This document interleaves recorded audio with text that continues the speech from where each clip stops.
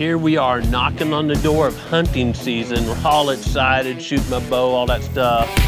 But here's something I want to ask you. As you go into hunting season, you're patterning deer, take some time to look at the habitat and reflect on the habitat and your hunting experience. Those two go hand in hand.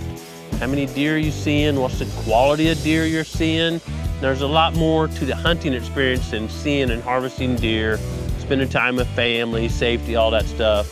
But we can't deny as hunters, we like to see and harvest deer.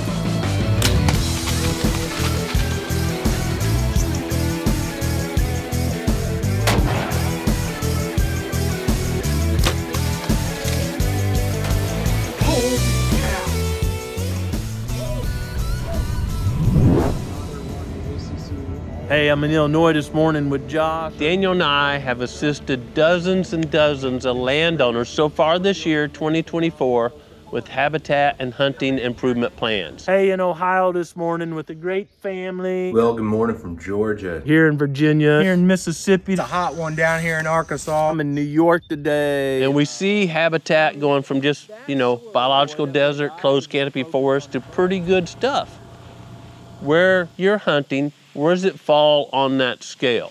Now, if you're in, the sweet spot in Iowa or some of those ag states, there's not as much you can do. But if you're like we are here in the Ozark Mountains or throughout where most hunters hunt, there's a lot you can do.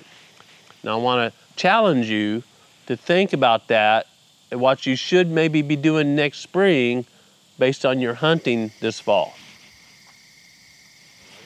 One of the first things I would like for you to look at is how much sun is getting in what I call the habitat zone. I'm going to call that for deer or turkey 0 to 4 feet, 0 to 5 feet, somewhere in there off the ground. What's happening above that may provide some shade, maybe some acorns or persimmons, but those are all relatively minor things compared to everything a deer needs. So we're going to hone in on this habitat zone 0 to 4 feet off the ground. And we're in that zone. Think about how much sun is getting there. Are you in an area that's just nothing but brown leaves? That's low quality habitat.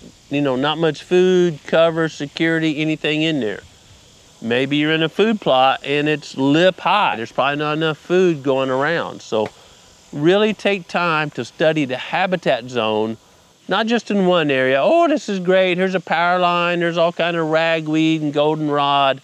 Look across your entire property.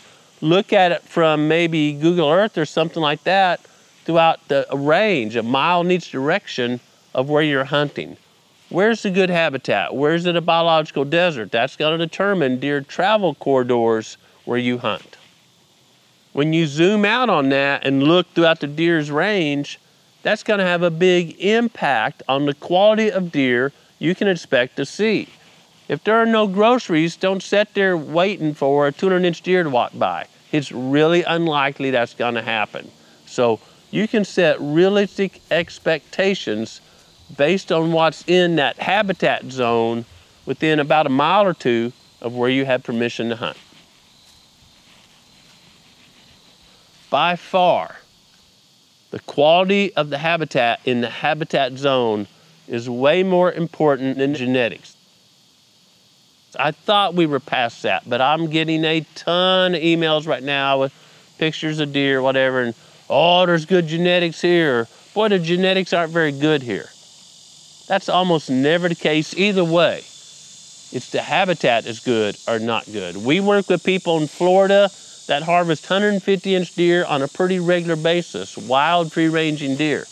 We work with some people in ag areas that are shooting 130s, probably because they never get old, right? They don't see too many birthdays, or they're land where they are, maybe they're in South Iowa, but it's all cattle pasture or something around them and not very high quality groceries.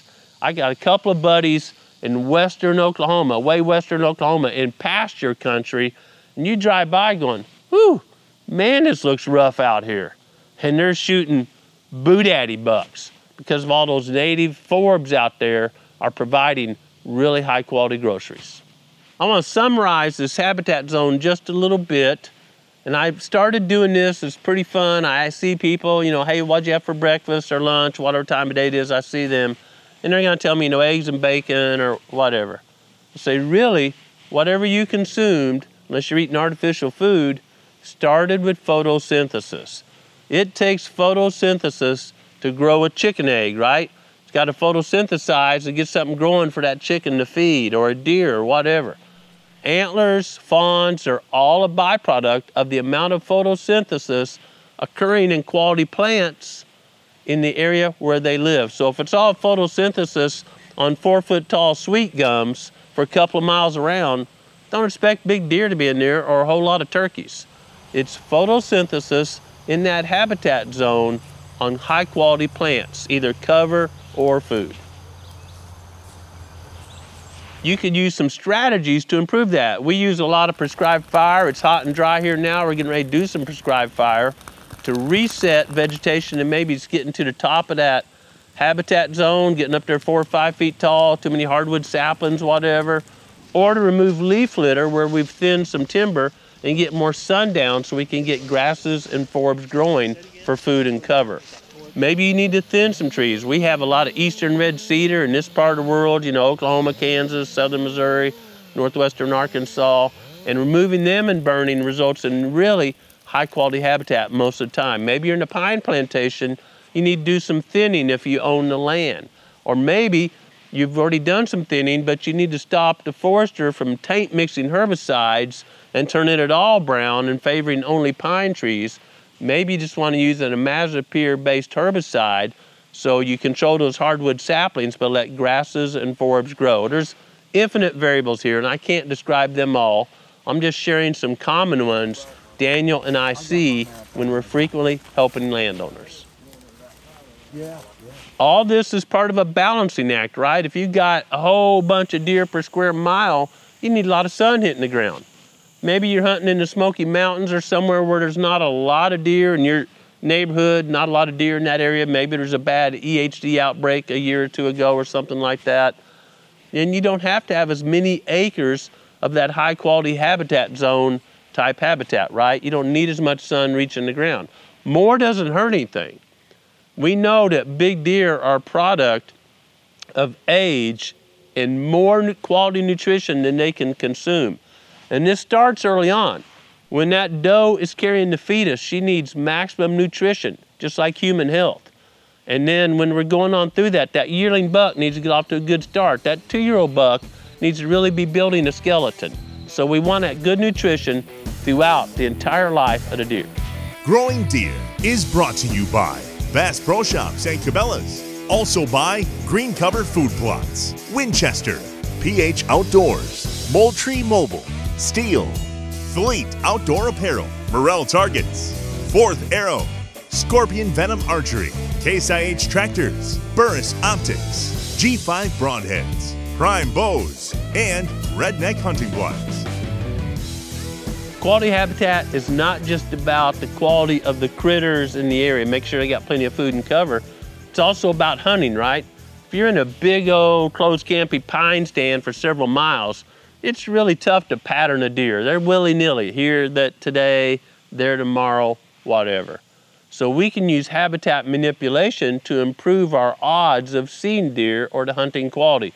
We can make some hard edges where deer are gonna funnel through, walk by. We can maybe add a hidey-hole food plot or pond, whatever's needed in your area. Don't just watch some internet show and, Joe Billy Bob killed a big deer over something. Make sure that's needed in your area. So here's a hint when you're studying the habitat this year. I like to make sure the most limited resource in the area you're hunting, not just the land you're hunting on, but the entire area. Talk about a deer home range, couple mile circle where you're hunting is available where you have permission to hunt. If it's all ag country and all the crops are gonna be harvested, there's no food during the hunting season, man, those cool season or fall food plots are gonna be magnets for deer. If you're in an area that's really dry, West Texas or somewhere, not just a week-long drought, but dry every year, water sources can be huge. If you're in an area that's all cropland and that combine comes through and cuts the annual forest to standing corn and beans, having cover can be magic. So try to identify what's limited in the area you hunt and apply that or build that on your property to attract deer and then think about edges and bottlenecks so you can pattern deer using that resource. A huge factor in being a successful hunter is playing the wind. We all know that. So let's think about playing the wind. I've explained this before, but if you're in a real thick forest, that wind hits a tree, bounces off, slides through this hole, bounces off, get a lot of swirling. The more open that forest canopy, like on a prairie, is really open, the more the wind is constant. I have spot and stalked a big old buck, 11.5 years old, by Cement Emmanueli in an area that was a prairie, and the wind just never wavered. I mean, it allowed me to go around. I spotted a deer on public land, had to go way around to get the wind right, and crawled up behind him to take a shot many years ago. It was a thrilling hunt. I was 7 yards away from this buck when I come up to my knees in native grass and made the shot. If I'm hunting ridge country like I am here at the Proving Grounds, I want the wind blowing into the ridge. On the far side of the ridge, that wind's gonna swirl or tumble back there. You can think about this. Maybe you want to thin an area, and you can only thin so much where you're hunting if it's a predominant south or west wind, where that wind's blowing into it, so you have a more constant wind than on the backside of the mountain where it's gonna tumble and swirl.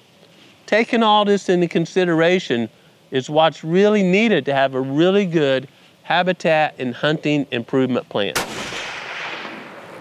So when you're out hunting this fall, take some time to look around and really consider the habitat. Does it have ample food cover and water? Is there areas where the wind is really predictable? Are there pinch points or bottlenecks? Working to improve that habitat will make the hunting experience better in many ways. If you'd like some help with this, we're already accepting clients for 2025. We're pretty much booked through 2024. Daniel and I again travel all the time, except turkey season, most of deer season, stuff like that. And if these tips have helped you, consider buying a hat or a t-shirt or a hoodie. You know, that just kind of helps us keep providing free information for you all and keeps the staff busy. But more importantly than all of that, we need to study our own lives. We need to slow down while we're living life, not just while we're hunting, and seek the Creator, intentionally seek Him, and apply His will to our lives. Thanks for watching Growing Deer.